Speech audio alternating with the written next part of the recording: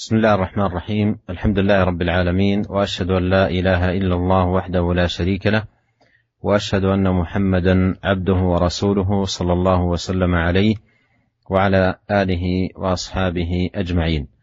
أما بعد، أيها الإخوة المستمعون الكرام، لا نزال في باب الاقتصاد في الطاعة من كتاب رياض الصالحين للإمام النووي رحمه الله تعالى.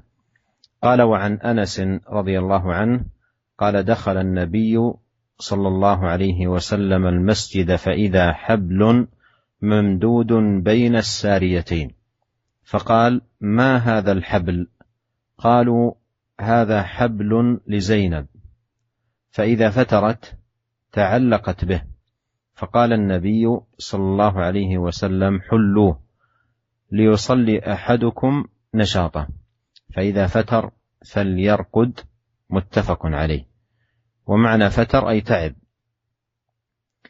هذا الحديث واضح في مقصود الترجمة، وهو الاقتصاد في العبادة، بحيث لا يكلف الإنسان نفسه من العمل ما لا يطيق أو ما فيه مشقة شديدة عليه، بل يصلي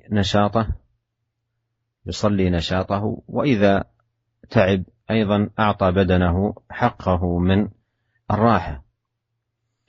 وزينب رضي الله عنها من شدة رغبتها في العبادة وحرصها على الصلاة والقيام ربطت حبلا بين ساريتين، من أجل أنها إذا فترت أي أصابها الفتور والتعب تعلقت به أي تمسكت بالحبل حتى يخفف عليها شيئا من التعب أو الفتور الذي أصابها. فلما رآه النبي عليه الصلاة والسلام مربوطا بين ساريتين في المسجد قال: ما هذا الحبل؟ وهذا سؤال عن سبب وجود هذا الحبل والغرض من وجوده. فقالوا: هذا حبل لزينب رضي الله عنها، أنها إذا فترت أي في أثناء الصلاة والقيام تعلقت به، وهذا يفيد أنها تقوم قياما طويلا، كانت تقوم قياما طويلا تتعب من شدة القيام فتتعلق بهذا الحبل، فأمر عليه الصلاة والسلام بحله، قال: حلوا أي حلوا هذا الحبل ولا يبقى موجودا. ثم وجه إلى الاقتصاد، قال: ليصلي أحدكم نشاطه فإذا فتر فليرقد. وهذا هو الاقتصاد، يعني لا يكلف الإنسان نفسه من العمل ما يكون فيه المشقة الشديدة والتعب الشديد، أو ما لا يطيق، لا يتعمق في العبادة ويكلف نفسه من العبادة ما لا يطيق، بل يصلي نشاطه وإذا فتر فليرقد. Bismillahirrahmanirrahim. Alhamdulillah, segala puji dan syukur kita panjatkan kehadirat Allah Subhanahu wa taala atas segala limpahan karunia dan nikmat-Nya. Salawat dan salam semoga senantiasa tercurahkan kepada suri teladan kita, junjungan kita Nabi Muhammad sallallahu alaihi wasallam, juga keluarganya serta seluruh sahabat beliau tanpa terkecuali. Para pendengar yang dirahmati oleh Allah Subhanahu wa taala, kita masih dalam bab al-iqtisad fil ibadah, yakni tentang bersikap tengah dalam menjalankan ketaatan kepada Allah Subhanahu wa taala, dalam kitab yang sebagaimana merupakan judul bab yang dibuat oleh Al-Imam Nawawi rahimahullah dalam kitabnya Riyadhus Shalihin. Kemudian Al-Imam Nawawi rahimahullah membawakan sebuah hadis dari Anas bin Malik radhiyallahu taala anhu, di mana Anas berkata, Nabi sallallahu alaihi wasallam masuk ke dalam masjid. Fa idza hablun mamdudun baina sariyatain, tiba-tiba ada sebuah atau seutas tali yang terbentangkan di antara dua tiang-tiang masjid. Maka Nabi sallallahu alaihi wasallam bertanya, "Ma hadzal hablu?" Ini tali apa? Maka mereka menjelaskan bahwasanya ini adalah tali yang dipasang oleh Zainab. fa idza fatarat ta'allaqat bihi. Kalau Zainab radhiyallahu taala anha capek ketika salat, maka dia pun berpegang dengan tali tersebut. Maka Nabi sallallahu alaihi wasallam berkata, "Hulluhu." Lepaskan tali tersebut. "Liyusalli ahadukum nasyatahu, fa idza fatara falyarqud." Lepaskan tali tersebut. Hendaknya salah seorang dari kalian salat sesuai dengan semangatnya, dalam keadaan semangat. Dan jika dia dalam keadaan letih, maka hendaknya dia tidur, dia istirahat. Hadis ini hadis yang sahih yang diriwayatkan oleh Imam Al-Bukhari dan Imam Muslim dalam sahih mereka. Para pendengar yang dirahmati oleh Allah Subhanahu wa taala,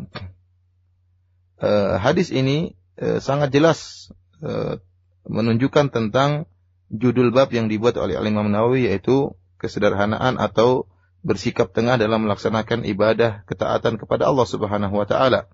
Di mana seorang tatkala beribadah, jangan sampai dia membebani dirinya dengan ibadah yang dia tidak mampu untuk dia lakukan.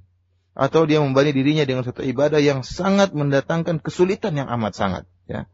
Jangan dia bebani dirinya dengan ibadah yang tidak mampu dia lakukan. Atau dengan ibadah yang sangat berat dia hadapi, yang amat sangat sulit baginya. Akan tapi dia beribadah dengan semangat, ya, sesuai dengan semangatnya. Ya. Jika dia kemudian tatkala beribadah merasakan letih, ya, sangat letih dan amat sangat letihnya, maka hendaknya dia memberikan hak tubuhnya. Tubuhnya juga butuh istirahat. Ya, oleh karenanya jika dia sudah merasa sangat letih, hendaknya dia istirahat. Zainab radhiyallahu ta'ala anha, tatkala begitu semangatnya melaksanakan ibadah salat, begitu semangat beliau untuk melaksanakan salat malam, maka Zainab radhiyallahu ta'ala anha pun mengikat seutas tali, ya, seutas tali di antara dua tiang masjid. Kenapa maksud beliau? Ya, ketika beliau salat dan kemudian beliau merasa letih dan capek, maka beliau bisa berpegangan dengan tali tersebut untuk menghilangkan keletihan beliau sedikit, ya. Sehingga beliau bisa bisa melanjutkan salat malam beliau. Namun tatkala Nabi sallallahu alaihi wasallam melihat tali tersebut, maka Nabi sallallahu alaihi wasallam bertanya kepada para sahabat, "Kok ada tali yang dipasang di antara dua tiang masjid? Ma hadzal habl?" Tali apa ini? Faqalu hablun li Zainab. Maka mereka menjelaskan ini tali yang dipasang oleh Zainab. Ya, karena Zainab ternyata salat malamnya sangat panjang. Senang dengan salat malam. Ya, sampai-sampai karena saking semangatnya salat malam, jika letih beliau kemudian memasang tali untuk berpegangan dengan tali tersebut sehingga terus melanjutkan salat malam beliau. Akan tapi Nabi sallallahu alaihi wasallam memerintahkan para sahabat untuk melepaskan tali ini. Kata Nabi sallallahu alaihi wasallam, "Hulluhu." Lepaskan tali ini. Kemudian Nabi sallallahu alaihi wasallam memberi pengarahan kepada para sahabat agar beribadah dengan sikap tengah. Jangan berlebih-lebihan. Kata Nabi sallallahu alaihi wasallam, "Liyusalli ahadukum nasyatahu." Hendaknya salah seorang dari kalian salat sesuai dengan semangatnya, ya. Fa idza fatara falyarqud. Dan jika dia dalam keadaan lemas atau capek, maka hendaknya dia tidur, yaitu istirahat. Oleh karenanya para pendengar yang dirahmati oleh Allah Subhanahu wa taala, seorang hendaknya jangan dia membebani dirinya dengan ibadah atau dengan amal perbuatan yang tidak dia mampu, atau amal perbuatan yang sangat berat baginya, akan tapi dia beribadah dengan iktisad, dengan sikap tengah, ya. Jika dia merasa letih atau capek, maka hendaknya dia istirahat untuk bisa melanjutkan ibadah berikutnya. ثم أورد رحمه الله تعالى حديث أم المؤمنين عائشة رضي الله عنها أن رسول الله صلى الله عليه وسلم قال: إذا نعس أحدكم وهو يصلي فليرقد حتى يذهب عنه النوم، فإن أحدكم إذا صلى وهو ناعس لا يدري لعله يذهب يستغفر فيسب نفسه. متفق عليه. ومعنى نعس أي أصابه النعاس وهو مقدمات النوم، فأرشد من يصلي عليه الصلاة والسلام فأصابه النعاس أن يرقد ليعطي بدنه حظه ونصيبه من الراحة. وبين عليه الصلاة والسلام أن من يصلي وهو ناعس والنعاس يغالبه لا يتمكن من أداء صلاته وعبادته وذكره لله عز وجل ودعائه بشكل جيد، بل الأمر كما قال عليه الصلاة والسلام: لعله يذهب يستغفر فيسب نفسه، لعله يذهب يدعو لنفسه فيدعو على نفسه بسبب حالة النعاس التي تغالبه. فأرشد عليه الصلاة والسلام في هذه الحال إلى أن يعطي نفسه حظه ونصيبه من النوم، ثم بعد ذلك يصلي نشيطا. ونلاحظ في الحديث الأول أن من صلى حتى بلغ مبلغا يتعب فيه التعب الشديد ولا يطيق ذلك بحيث يتعلق بشيء أو يتمسك بشيء لئلا يسقط، نهى عن ذلك من أجل أن يعطي البدن راحته، قال فليرقد. أيضا إذا كان الإنسان يصلي وبحاجة للنوم والنعاس يغالبه أيضا فليرقد. وهذا فيه رحمة الله سبحانه وتعالى بالعباد بهذا الدين السمح، الدين الذي كله يسر، وهذا من فضل الله سبحانه وتعالى ومنه على العباد وله الحمد.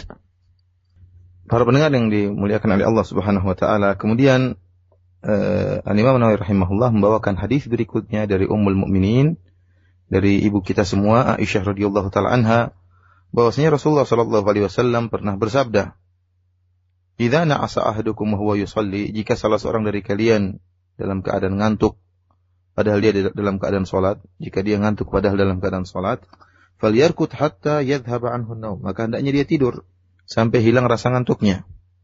Fa inna ahadakum idza shalla wa huwa na'is, karena jika salah seorang dari kalian salat dalam keadaan ngantuk berat, la yadri la'allahu yadhhabu yastaghfiru fayasubbu nafsahu, maka dia tidak tahu, bisa jadi dia ingin beristighfar kepada Allah, maka kemudian dia akhirnya mencela dirinya sendiri. Hadis ini hadis yang sahih yang diriwayatkan oleh Imam Al-Bukhari dan Imam Muslim dalam sahih mereka. Yang dimaksud dengan nu'as di sini, ya, jika seorang salat dalam keadaan nu'as, yaitu muqaddimatun naum, pembuka awal dari tidur, yaitu rasa ngantuk. Rasa ngantuk maksudnya jika seorang salat dalam keadaan rasa ngantuk, dalam keadaan ngantuk berat, maka hendaknya dia tidur. Dia hendaknya memberikan hak badannya, yaitu untuk beristirahat. Jika dia salat kemudian dia didominasi oleh rasa ngantuknya dan dia tidak bisa melaksanakan salat sebagaimana mestinya, tidak bisa berdoa kepada Allah sebagaimana mestinya, maka hendaknya dia istirahat.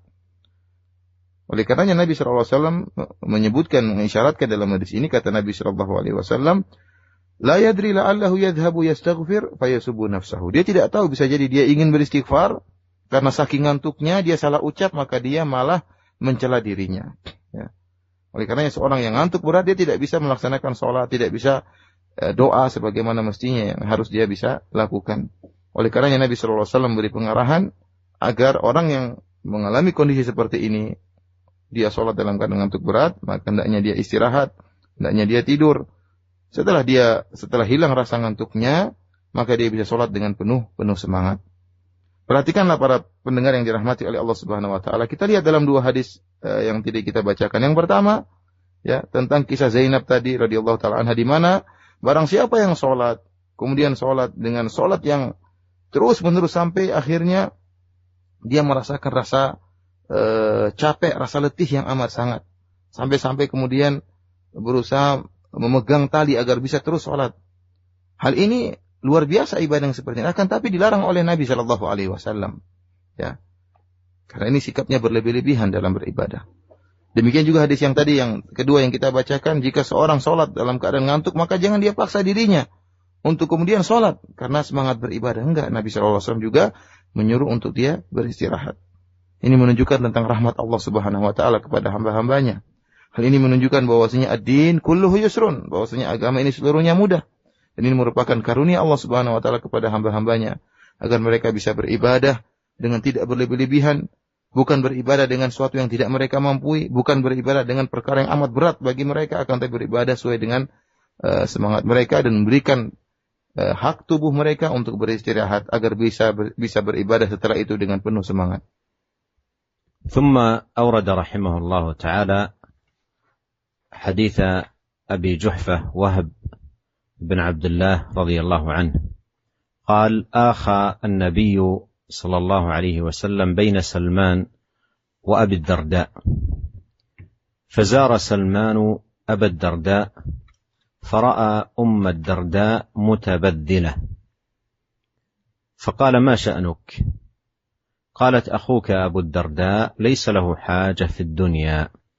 فجاء أبو الدرداء فصنع له طعاما، فقال له: كل فإني صائم. فقال: ما أنا بآكل حتى تأكل، فأكل.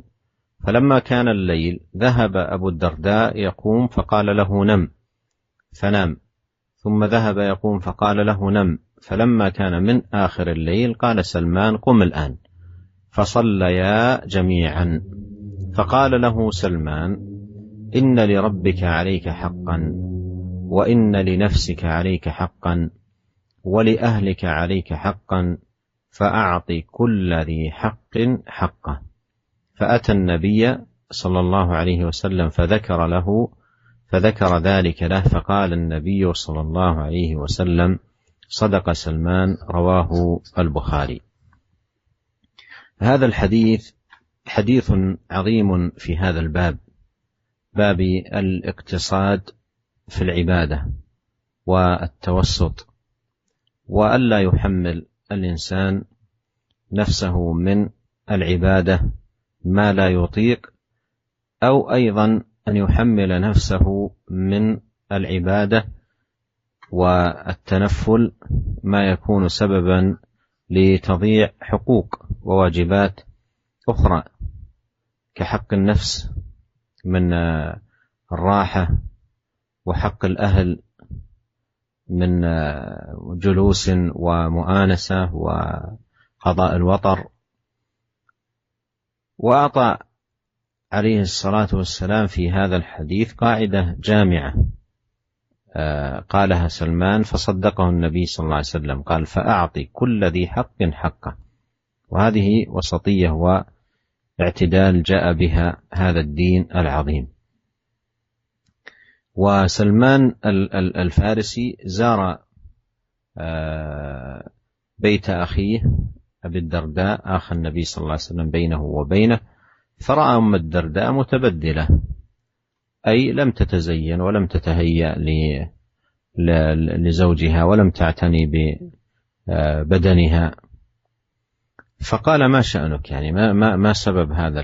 وهذا فيه أن الأصل في المرأة أن تتهيأ في بيتها التهيؤ الحسن الطيب لزوجها حتى تملأ عينه، وأيضا تملأ سمعه بالكلام اللطيف الجميل الطيب، وأيضا شمه بحيث يشم منها الرائحة الجميلة، لا أن يأتي إليها في بيتها وهي متبذلة، الرائحة غير جيدة والمنظر أيضا غير جيد والكلام أيضا غير جيد. فهذه إذا كانت المرأة بهذه الصفة لا تكون أدت حق الزوج عليها، بل ينبغي عليها أن تحرص على ذلك، خاصة في البلاد التي يكثر فيها الفتن. إذا كانت الزوجة في البيت لا تتهيأ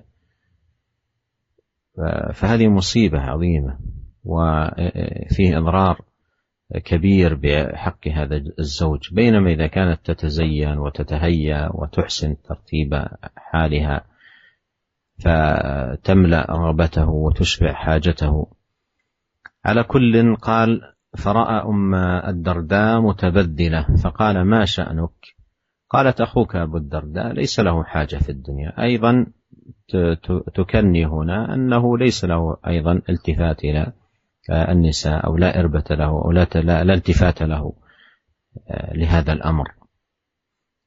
فلأجل ذلك أصبحت ترى أنه ليس هناك حاجة أن تكلف نفسها بالتجمل والتزين. فجاء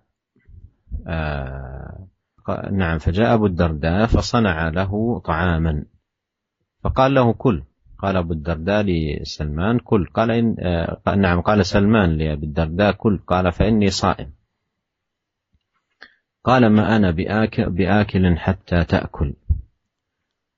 تأكل، فأكل. فلما كان الليل ذهب أبو الدرداء يقوم، قال له نم، فنام، ثم ذهب يقوم فقال له نم. فلما كان من آخر الليل قال سلمان قم الآن فصليا جميعا، أي آخر الليل. وأما من أول الليل كله راحة للبدن. ثم قال سلمان هذه الكلمات الجميلة: إن لربك عليك حقا، وإن لنفسك عليك حقا، ولأهلك عليك حقا، فأعطي كل ذي حق حقا. هذا كلام عظيم جدا. فأتى النبي صلى الله عليه وسلم أي أبو الدرداء فذكر له ذلك، يعني ذكر الذي حصل وماذا قال له سلمان، فقال النبي عليه الصلاة والسلام: صدق سلمان. وهذه السنة سنة تقريرية، يعني أقر النبي سلمان على هذه التوجيهات وهذه النصائح وهذه الكلمات العظيمات بقوله عليه الصلاة والسلام: صدق سلمان. Para pendengar yang dirahmati oleh Allah Subhanahu wa taala, kemudian Al-Imam Nawawi rahimahullah membawakan hadis berikutnya dari Abu Juhaifah Wahab bin Abdullah radhiyallahu taala anhu. Beliau mengatakan bahwasanya akhon Nabi sallallahu alaihi wasallam baina Salman wa Abi Darda. Nabi sallallahu alaihi wasallam mempersaudarakan antara Salman radhiyallahu taala anhu dan Abu Darda radhiyallahu taala anhu. Maka suatu hari Salman mengunjungi Abu Darda, mengunjungi rumah Abu Darda.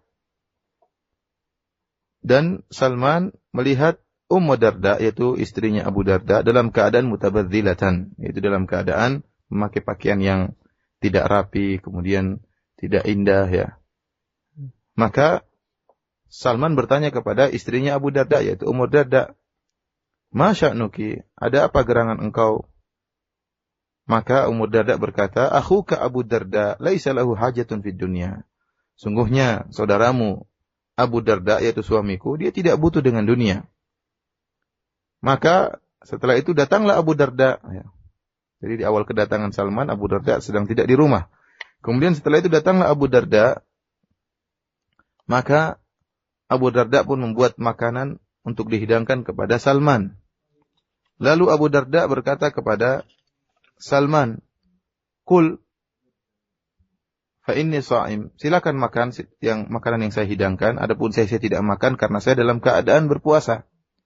Maka apa kata Salman Al-Farisi radhiyallahu ta'ala anhu? "Ma ana biakilin hatta ta'kul." Aku tidak akan makan sampai kau juga ikut makan. Maka Abu Darda pun makan makanan tersebut, makan hidangan tersebut. Maka tatkala tiba malam hari, Abu Darda di awal malam bangun hendak melaksanakan salat malam. Rupanya Salman juga menginap di rumahnya Abu Darda. Maka apa kata Salman? "Nam, tidur. Ya, jangan dulu salat malam." Fanama. Maka Abu Darda pun tidur.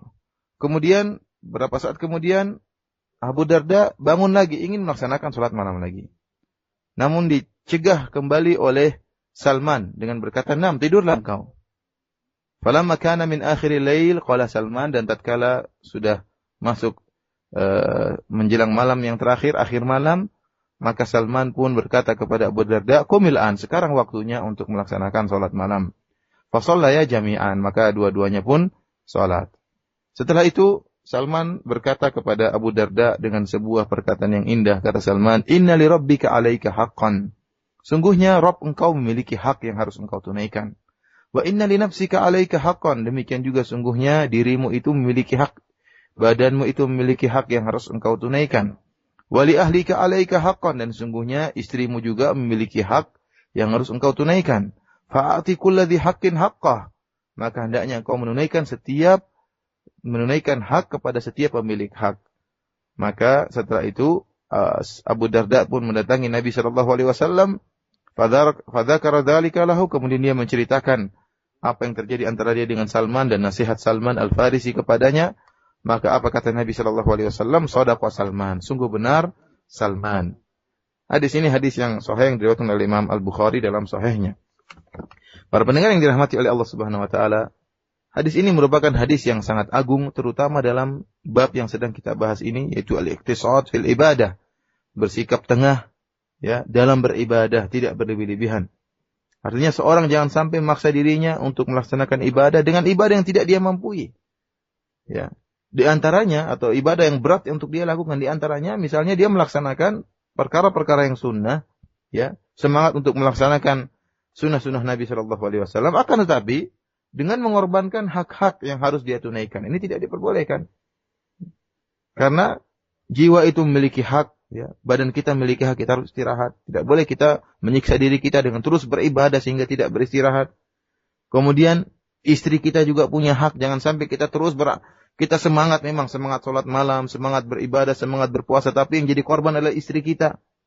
Padahal istri kita punya hak dari kita yang harus kita tunaikan. Dia ingin bercengkerama dengan kita, ingin duduk-duduk dengan kita, ingin dekat dengan kita, dan ingin juga ditunaikan hajatnya. Ya. Dia harus digauli oleh kita, ya, oleh para suami. Oleh karenanya, Salman Al-Farisi radhiyallahu ta'ala anhu kemudian memberikan suatu kaidah yang sangat penting kepada Abu Darda. Ya, kata Salman, fa'ati kulladzi haqqin haqqah. Maka hendaknya engkau menunaikan hak kepada setiap pemilik hak. Para pendengar yang dirahmati oleh Allah Subhanahu wa taala, dalam hadis ini disebutkan bahwasanya Nabi sallallahu alaihi wasallam mempersaudarakan antara Salman dan Abu Darda. Kita tahu bahwasanya Nabi sallallahu alaihi wasallam tatkala berhijrah dari Mekah menuju Madinah, maka Nabi sallallahu alaihi wasallam mempersaudarakan antara kaum Muhajirin dan kaum Ansar, si fulan dengan si fulan. Di antaranya Nabi sallallahu alaihi wasallam mempersaudarakan antara Salman dan Abu Darda. Kemudian Salman pun mendatangi rumah Abu Darda, mengunjungi saudaranya Abu Darda. Ternyata dia mendapati istri Abu Darda, yaitu Ummu Darda, dalam keadaan mutabadzilah, yaitu dalam keadaan memakai pakaian yang usang, yang tidak rapi, yang tidak indah, ya. Tidak, pemandangannya kurang bagus. Padahal sungguhnya asalnya seorang wanita itu harus mempersiapkan dirinya untuk bertemu dengan suaminya.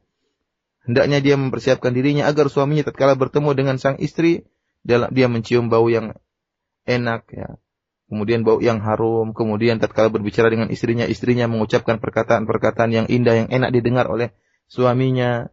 Tatkala dilihat oleh suaminya, ya, dia melihat pemandangan yang indah dari istrinya sehingga menyenangkan, menunjukkan pandangan suaminya, ya. Bukan malah sebaliknya, ya. Suaminya datang dari kerjaan misalnya, kemudian sang istri dalam kondisi yang tidak baik, ya. Dalam kondisi pakaian yang tidak rapi, kemudian bau tubuh juga tidak diberi dengan bau yang kurang enak dari tubuhnya, ya, atau dari bajunya, kemudian menuturkan kata-kata yang kurang enak didengar oleh suaminya. Ya, tentunya ini semua tidak benar dan tidak baik, dan hal ini menunjukkan bahwasanya seorang istri jika kondisinya demikian, dia tidak menunaikan hak suaminya. Terlebih-lebih lagi jika mereka hidup di negara yang di situ banyak sekali kerusakan, banyak sekali fitnah, banyak sekali wanita yang membuka auratnya, wanita yang berpenampilan sangat cantik di luar, ya. Ya. Tentunya suaminya tatkala keluar rumah, tatkala kerja, melihat pemandangan-pemandangan seperti itu, tidak bisa dia hindari. Ya, banyak wanita yang mutabarrijah, yang membuka auratnya kemudian berhias di luar. Ternyata begitu sampai di rumah, istrinya pun tidak berhias, malah dalam kondisi yang tidak baik, yang memberikan pemandangan yang kurang indah, kemudian kata-katanya juga menyakitkan hati. Tentunya hal ini yang memberi kemudaratan kepada sang suami. Dia baru di luar kerja melihat pemandangan yang indah, begitu pulang ke rumah mendapati pemandangan yang buruk, ya.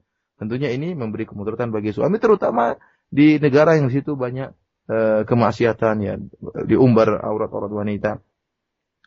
Nah, Salman Al-Farisi radhiyallahu ta'ala anhu, ya, tatkala bertemu dengan istrinya, yaitu Ummu Darda, istrinya Abu Darda yang bernama yang disebut dengan Ummu Darda, melihat kondisi yang seperti itu, maka Salman bertanya, ada apa gerangan engkau wahai Ummu Darda? Kenapa pakaianmu seperti ini?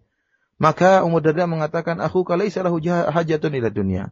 Saudaramu itu Abu Darda tidak punya kebutuhan dengan dunia. Artinya dia memberi isyarat bahwasanya suamiku itu Abu Darda tidak memperhatikan wanita, tidak memperhatikan istrinya, tidak peduli dengan dengan istrinya. Oleh karenanya buat apa saya pakai pakaian indah? Buat apa saya memperhatikan diri saya kalau suami saya tidak tertarik dengan wanita, tidak tertarik dengan istrinya. Maka akhirnya datanglah Abu Darda, kemudian tatkala datang Abu Darda pun membuat makanan buat Salman untuk dihidangkan kepada sang tamu. Maka tatkala hendak makan, kata Abu Darda, "Makan engkau Salman, sungguhnya aku sedang berpuasa." Maka di sini Salman mengatakan, "Saya tidak akan makan sampai kau juga makan." Artinya Salman dengan secara tidak langsung memaksa Abu Darda untuk berbuka puasa, untuk mengingatkan bahwasanya tubuhnya punya hak. Akhirnya Abu Darda pun berbuka puasa. Kemudian Salman pun tidur di rumah Abu Darda di malam hari. Tatkala malam pertama, Abu Darda begitu semangat, ingin segera bangun dan sholat malam. Maka Salman mengatakan, "Tidurlah." Dicegah oleh Salman, disuruh tidur. Kemudian datang setelah beberapa waktu berikutnya, Abu Darda ingin bangun kembali melaksanakan sholat malam. Ditegur lagi oleh Salman, "Tidurlah engkau." Sampai tatkala tiba di akhir malam, penghujung malam, maka Salman pun mengajak Abu Darda untuk melaksanakan sholat malam, karena itu waktunya untuk beribadah. Setelah selesai semuanya, setelah sholat malam, maka Salman menasihati Abu Darda dengan nasihat yang sangat indah. Kata Salman, "Inna li rabbika 'alaika haqqan." Sungguhnya Rabb engkau memiliki hak, dan dirimu juga memiliki hak, kau harus istirahat. Istrimu juga punya hak, ya, yang harus kau tunaikan. Kemudian kata Salman, "Fa'ati kulladzi haqqin haqqah." Maka hendaknya kau menunaikan hak kepada setiap pemilik hak. Setelah itu, keesokan harinya Abu Darda pun mendatangi Nabi sallallahu alaihi wasallam, kemudian menceritakan apa yang terjadi antara dia dengan Salman dan bagaimana nasihat Salman kepada dia. Maka kata Nabi sallallahu alaihi wasallam, "Shadaqa Salman." Sungguh benar apa yang diucapkan oleh Salman. Dan ini merupakan sunnah takririyah, yaitu Nabi sallallahu alaihi wasallam membenarkan sikap Salman dan membenarkan nasihat Salman kepada Abu Darda. ثم أورد الإمام النووي رحمه الله تعالى حديث أبي محمد عبد الله بن عمرو بن العاص قال: أخبر النبي صلى الله عليه وسلم أني أقول والله لأصومن النهار ولا أقومن الليل ما عشت. فقال رسول الله صلى الله عليه وسلم: أنت الذي تقول ذلك؟ فقلت له: قد قلته بأبي أنت وأمي يا رسول الله. قال: فإنك لا تستطيع ذلك فصم وأفطر ونم وقم وصم من الشهر 3 أيام فإن الحسنة ب10 أمثالها وذلك مثل صيام الدهر. قلت: فإني أطيق أفضل من ذلك. قال: فصم يوما وأفطر يومين. قلت: فإني أطيق أفضل من ذلك. قال: فصم يوما وأفطر يوما فذلك صيام داود وهو أعدل الصيام، وفي رواية هو أفضل الصيام. فقلت: فإني أطيق أفضل من ذلك. فقال رسول الله صلى الله عليه وسلم: لا أفضل من ذلك، ولا أن أكون قبلت 3 الأيام التي قال رسول الله صلى الله عليه وسلم أحب إلي من أهلي ومالي. وفي رواية: ألم أخبر أنك تصوم النهار وتقوم الليل؟ قلت: بلى يا رسول الله. قال: فلا تفعل، صم وأفطر ونم وقم، فإن لجسدك عليك حقا، وإن لعينك عليك حقا، وإن لزوجك عليك حقا، وإن لزورك أي ضيفك عليك حقا، وإن بحسبك أن تصوم في كل شهر 3 أيام فإن لك بكل حسنة 10 أمثالها، فإن ذلك صيام الدهر. فشددت فشدد علي. قلت: يا رسول الله إني أجد قوة. قال: صم صيام نبي الله داود ولا تزد عليه. قلت: وما كان صيام داود؟ قال: نصف الدهر. فكان عبد الله يقول بعدما كبر: يا ليتني قبلت رخصة رسول الله صلى الله عليه وسلم. وفي رواية: ألم أخبر أنك تصوم الدهر وتقرأ القرآن كل ليلة؟ فقلت: بلى يا رسول الله، ولم أرد بذلك إلا الخير. قال: فصم صوم نبي الله داود فإنه كان أعبد الناس وأقرأ القرآن في كل شهر. قلت: يا نبي الله إني أطيق أفضل من ذلك. قال: فاقرأه في كل 20. قلت: يا نبي الله إني أطيق أفضل من ذلك. قال: فاقرأه في كل 10. قلت: يا نبي الله إني أطيق أفضل من ذلك. قال: فاقرأه في كل 7. ولا تزد على ذلك، فشددت فشدد علي. وقال لي النبي صلى الله عليه وسلم: إنك لا تدري لعلك يطول بك عمر. قال: فصرت إلى ذلك الذي قال لي النبي صلى الله عليه وسلم، فلما كبرت وددت أني كنت قبلت رخصة نبي الله صلى الله عليه وسلم. وفي رواية: وإن لولدك عليك حقا. وفي رواية: لا صام من صام الأبد 3. وفي رواية: أحب الصيام إلى الله تعالى صيام داود، وأحب الصلاة إلى الله تعالى صلاة داود، كان ينام نصف الليل ويقوم ثلثه وينام سدسه، وكان يصوم يوما ويفطر يوما ولا يفر إذا لاقى. وفي رواية: أنكحني أبي امرأة ذات حسب، وكان يتعاهد كنته أي امرأة ولده، فيسألها عن بعلها فتقول له: نعم الرجل من رجل لم يطأ لنا فراشا ولم يفتش لنا كنفا منذ أتينا. فلما طال ذلك عليه ذكر ذلك للنبي صلى الله عليه وسلم، فقال: القني به. فلقيته بعد ذلك فقال: كيف تصوم؟ قلت: كل يوم. قال: وكيف تختم؟ قلت: كل ليلة.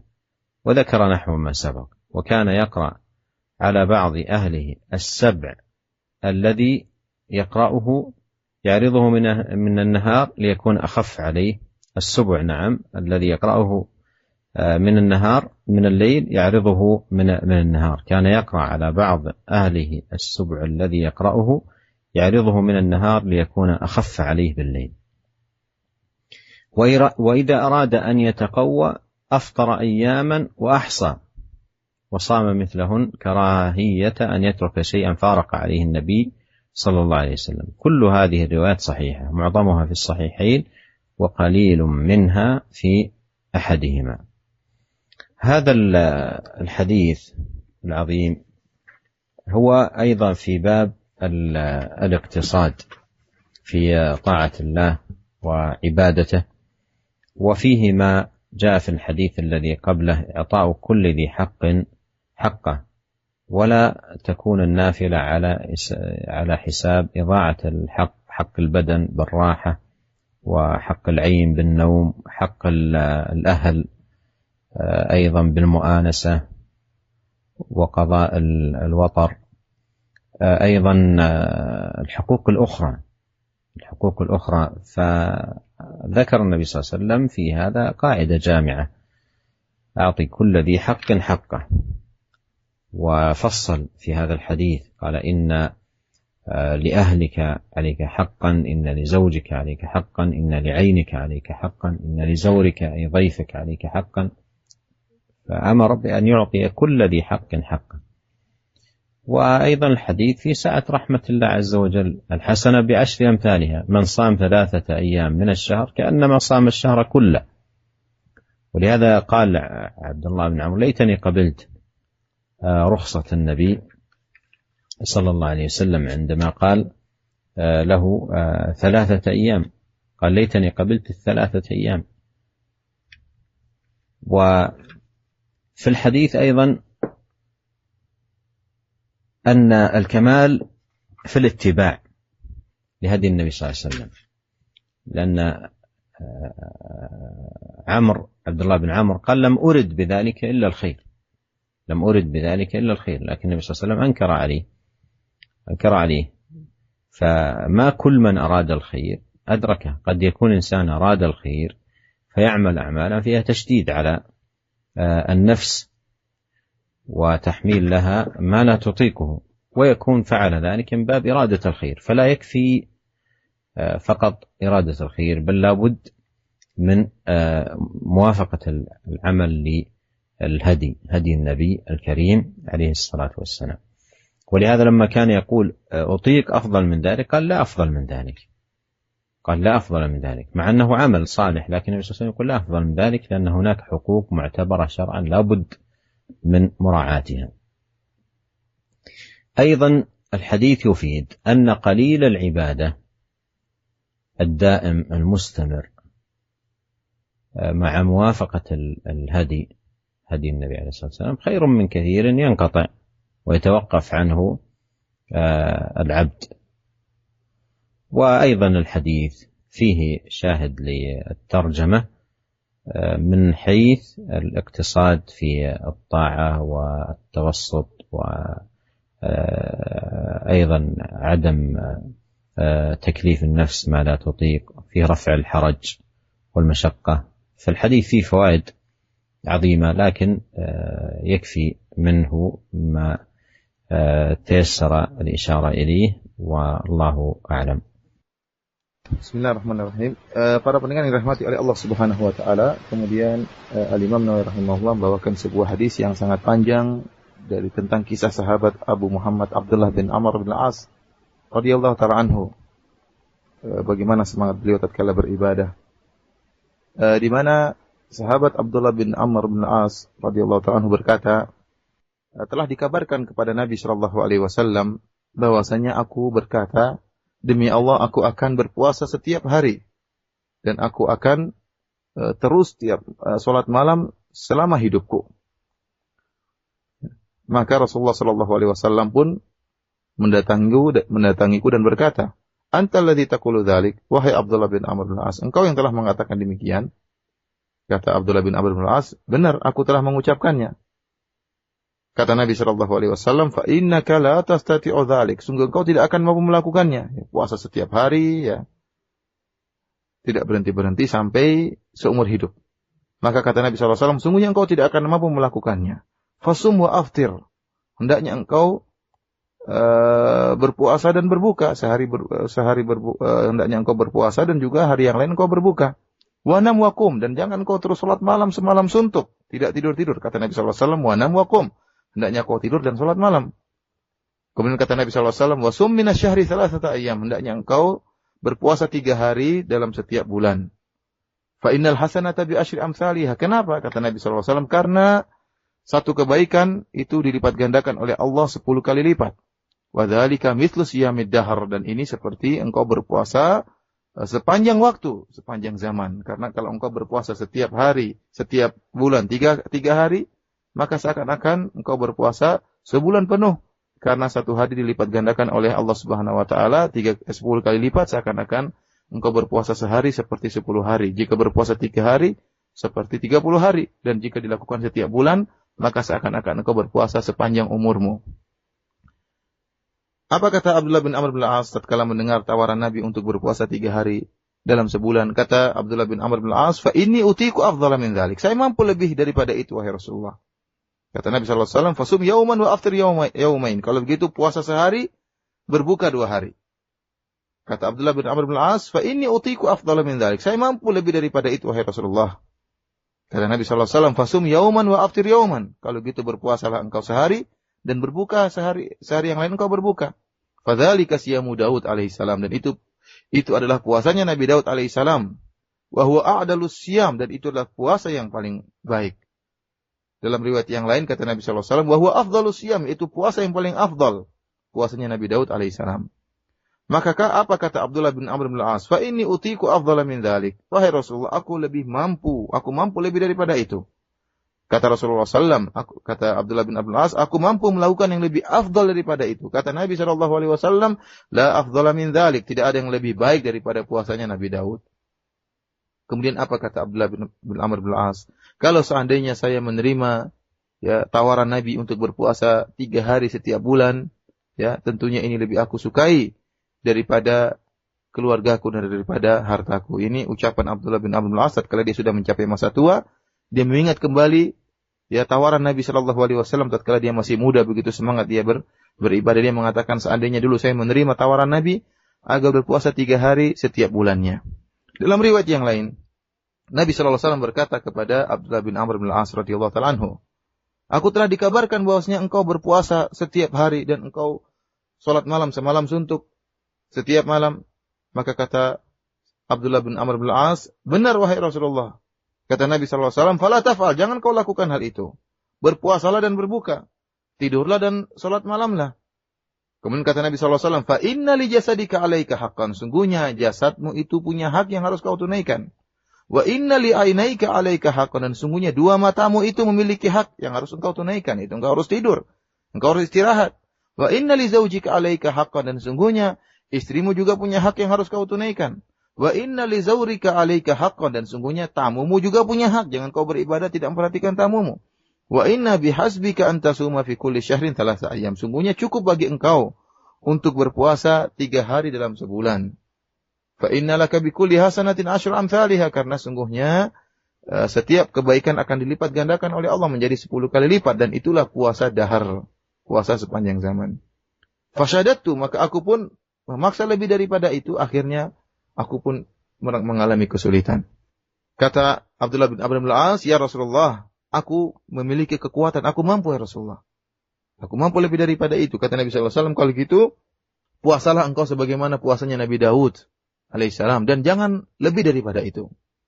Aku berkata kepada Nabi SAW, apa sih puasa Nabi Daud? Kata Nabi SAW, nisfud dahar, yaitu berpuasa setengah masa, karena berpuasa sehari dan berbuka sehari.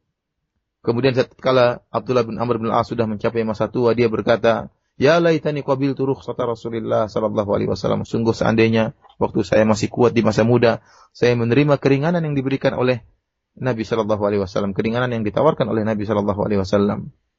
Dalam riwayat yang lain kata Nabi sallallahu alaihi wasallam, ya, bukankah aku telah dikabarkan bahwasanya engkau berpuasa setiap hari dan engkau menghatamkan Al-Qur'an setiap malam? Aku berkata, benar wahai Rasulullah. Ya, benar bahwasanya dia berpuasa setiap hari dan setiap malam menghatamkan Al-Qur'an. Apa kata Abdullah bin Amr bin Al-As? Walam urid bidzalika ilal khair. Ya Rasulullah, aku melakukan demikian tidak aku inginkan kecuali kebaikan. Maka apa kata Nabi sallallahu alaihi wasallam? Ya, berpuasalah engkau sebagaimana puasanya Nabi Daud. Sungguhnya Nabi Daud alaihissalam adalah orang yang paling rajin beribadah. Dan hendaknya engkau menghatamkan Al-Quran setiap bulan. Bukan setiap hari. Kata Abdullah bin Amr bin Al-As, wahai Rasulullah, aku mampu untuk melakukan yang lebih baik daripada itu.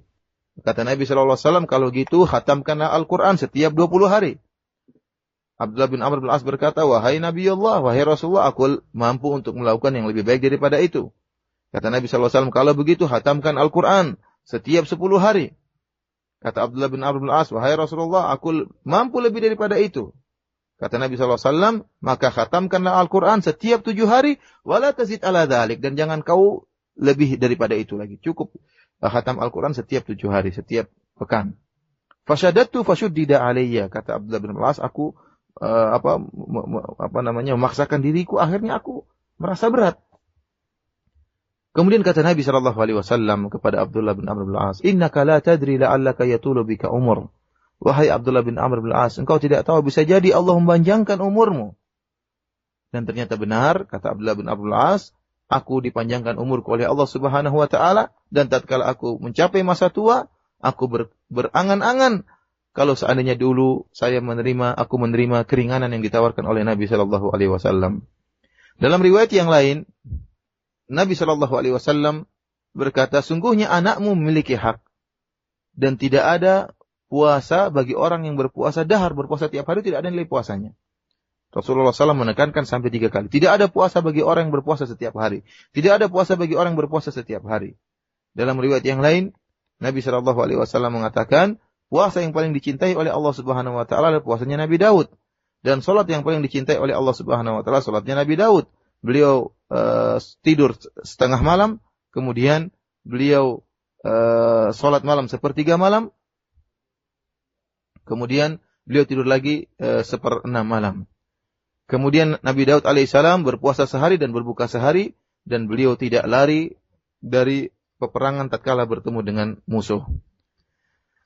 Dalam riwayat yang lain, Abdullah bin Amr bin Al-As berkata, ayahku menikahkan aku dengan seorang wanita yang memiliki kedudukan. Dan ayahku senantiasa memperhatikan menantunya. Ya.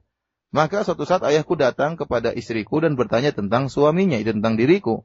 Maka istriku berkata, sungguh baik sekali suamiku. Ya. Suamiku itu tidak pernah tidur denganku dan tidak pernah memperhatikan kondisiku. Sejak kami tinggal bersama, begitu kondisinya. Akhirnya hal ini pun dilaporkan kepada Nabi sallallahu alaihi wasallam, maka Nabi sallallahu alaihi wasallam mengatakan, datangkan Abdullah bin Amr bin Al-As, aku ingin bertemu dengannya. Maka Abdullah bin Amr bin Al-As pun bertemu dengan Nabi sallallahu alaihi wasallam, kemudian disebutkan sebagaimana tadi hadis-hadis yang telah lalu, riwayat yang telah lalu, maka Nabi Shallallahu Alaihi Wasallam bertanya kepadaku, bagaimana engkau berpuasa? Aku berkata, aku berpuasa setiap hari. Bagaimana engkau menghatamkan Al-Quran? Aku berkata, menghatamkan Al-Quran tiap malam. Oleh karenanya Nabi Shallallahu Alaihi Wasallam kemudian menasihati Abdullah bin Amr bin As untuk menghatamkan Al-Quran setiap 7 hari, setiap pekan. Akhirnya Abdullah bin Amr bin As akhirnya menghatamkan Al-Quran setiap 7 hari, setiap pekan. Di siang harinya beliau murajaah, yaitu menyampaikan Al-Quran kepada keluarganya, ya, 1/7 Al-Quran. Kemudian di malam harinya 1/7 Al-Quran yang tadi yang dia bacakan kepada keluarganya, dia baca tatkala salat malam, dan ini lebih meringankan dia tatkala di malam hari. Dan jika Abdullah bin Amr bin As ingin agar lebih kuat, maka beliau berbuka beberapa hari, ya, kemudian baru berpuasa. Jangan sampai dia meninggalkan suatu perkara yang terakhir dilakukan oleh Nabi Shallallahu Alaihi Wasallam. Al-Imam Nawawi rahimahullah mengatakan bahwasanya seluruh riwayat yang tadi disebutkan seluruhnya sahih, dan kebanyakannya berada dalam Sahihain, dan sebagiannya berada dalam Sahih Muslim. Para pendengar yang dirahmati oleh Allah Subhanahu Wa Taala, hadis ini termasuk hadis yang sangat penting dalam bab tentang bagaimana bersikap tengah dalam beribadah. Dan Nabi Shallallahu Alaihi Wasallam menyebutkan kaidah sebagaimana yang telah disebutkan oleh Salman Al-Farisi, wa'ati kulli haqqin haqqah, hendaknya memberikan kepada setiap memiliki hak agar ditunaikan haknya. Dan jangan sampai seorang melaksanakan ibadah-ibadah yang sunnah dengan mengorbankan hak-hak yang harus ditunaikan. Bahkan Nabi Shallallahu Alaihi Wasallam memperinci dalam hadis ini bahwasanya Nabi Shallallahu Alaihi Wasallam mengatakan bahwasanya jasadmu punya hak, kedua matamu punya hak, istrimu punya hak, tamumu juga punya hak, ya. Dan ini menunjukkan bahwasanya jangan sampai seorang kemudian melaksanakan amalan sunnah dengan mengorbankan hak-hak yang ada. Kemudian dalam hadis ini juga menunjukkan bagaimana luasnya rahmat Allah Subhanahu Wa Taala, di mana Allah Subhanahu Wa Taala melipat gandakan satu kebaikan menjadi 10 kali lipat. Oleh karenanya sampai-sampai Abdullah bin Amr bin As kala di masa tua dia mengatakan, laitani qabiltu rukhsata Nabiyillah sallallahu alaihi wasallam. Seandainya saya dulu yang menerima rukhsahnya Rasulullah sallallahu alaihi wasallam, keringanan yang ditawarkan oleh Nabi sallallahu alaihi wasallam. Dalam hadis ini juga menunjukkan bahwasanya kesempurnaan adalah dengan mengikuti contoh Nabi sallallahu alaihi wasallam. Lihatlah bagaimana Abdullah bin Amr bin As kala dia begitu semangat beribadah, ingin puasa setiap hari, ingin menghatamkan Al-Qur'an setiap malam. Apa kata dia? Dia mengatakan, lam urid bidzalika ilal khair. Ya Rasulullah, saya melakukan demikian, saya tidak inginkan kecuali kebaikan. Akan tetapi, tidak semua orang menghendaki kebaikan, dia akan mendapatkannya. Ya, lihatlah dalam hal ini, tatkala dia semangat beribadah, ternyata itu tidak baik.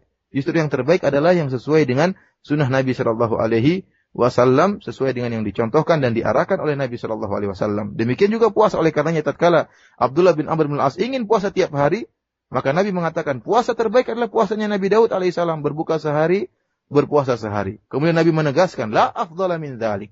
Tidak ada puasa yang lebih baik dari puasanya Nabi Daud alaihi salam. Ya, karena di sana ada hak-hak yang harus ditunaikan. Kalau kita puasa tiap hari, khatam Quran tiap hari, tentunya banyak hak-hak yang tidak akan kita tunaikan. Hadis ini juga menunjukkan bahwasanya sedikit beribadah akan tapi kontinu berkesinambungan dan sesuai dengan sunnah Nabi itu lebih baik daripada ibadah yang sangat banyak akan tapi kemudian terputus.